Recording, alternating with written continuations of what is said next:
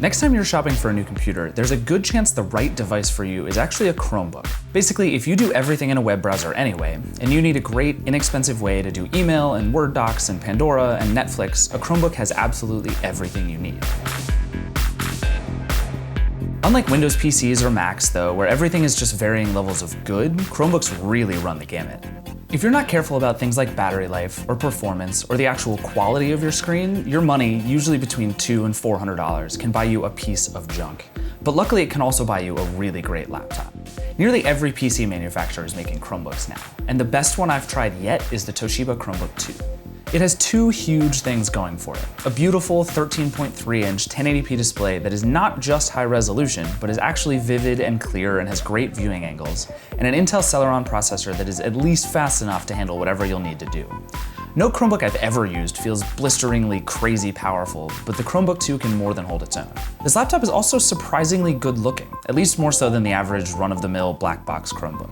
It feels a little cheap, but its thin silver body looks just enough like a MacBook Air that the look really works for Toshiba. It weighs a little less than 3 pounds and still lasts 8 hours at a go. It's not the longest lasting Chromebook, but that's plenty of life for most people. It also has a good keyboard and trackpad and really impressively loud speakers. I hate the Skullcandy logo on the device, but the speakers are worth it. The software is always the same with Chrome OS, so what you're really shopping for is these little things. And Toshiba may not be the best anywhere, except maybe the screen, but it's really solid everywhere. That's why it's worth spending a little more money than you might otherwise and buying the 1080p Toshiba Chromebook 2. Because with every other Chromebook, you're gonna make at least one huge sacrifice. You can buy the Dell Chromebook 11, which is probably the best small Chromebook. It has an Intel processor, a nice design, a great keyboard and trackpad, but it has a 1366 by 768 screen that doesn't look great, and it's still a little expensive for a Chromebook. You could also buy a Samsung Chromebook 2, which is super light and pretty nice looking, but it's really slow. The Acer Chromebook 13 has a lot going for it, except that its 1080p screen is just flat out awful to look at.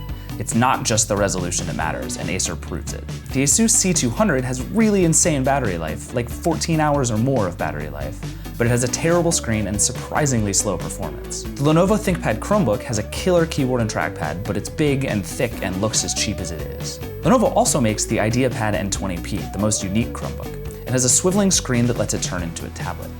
The only problem is that gimmick is sort of pointless because Chrome OS is just not all that suited to a touchscreen. Maybe more Android apps will solve that, but not yet. HP even has a few Chromebooks. There's a 14-inch model with a terrible screen and an 11-inch model that just can't quite hold up on performance.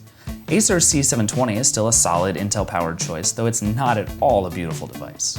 So nearly every manufacturer is making a Chromebook now. They're getting better fast, though the road is still long before a browser-powered computer can really replace everything your Mac or Windows device can do. But if you're in the market for a new computer, you might not need to spend hundreds or thousands of dollars to get a really good computer that does everything you need. You might just need to buy a Toshiba Chromebook 2.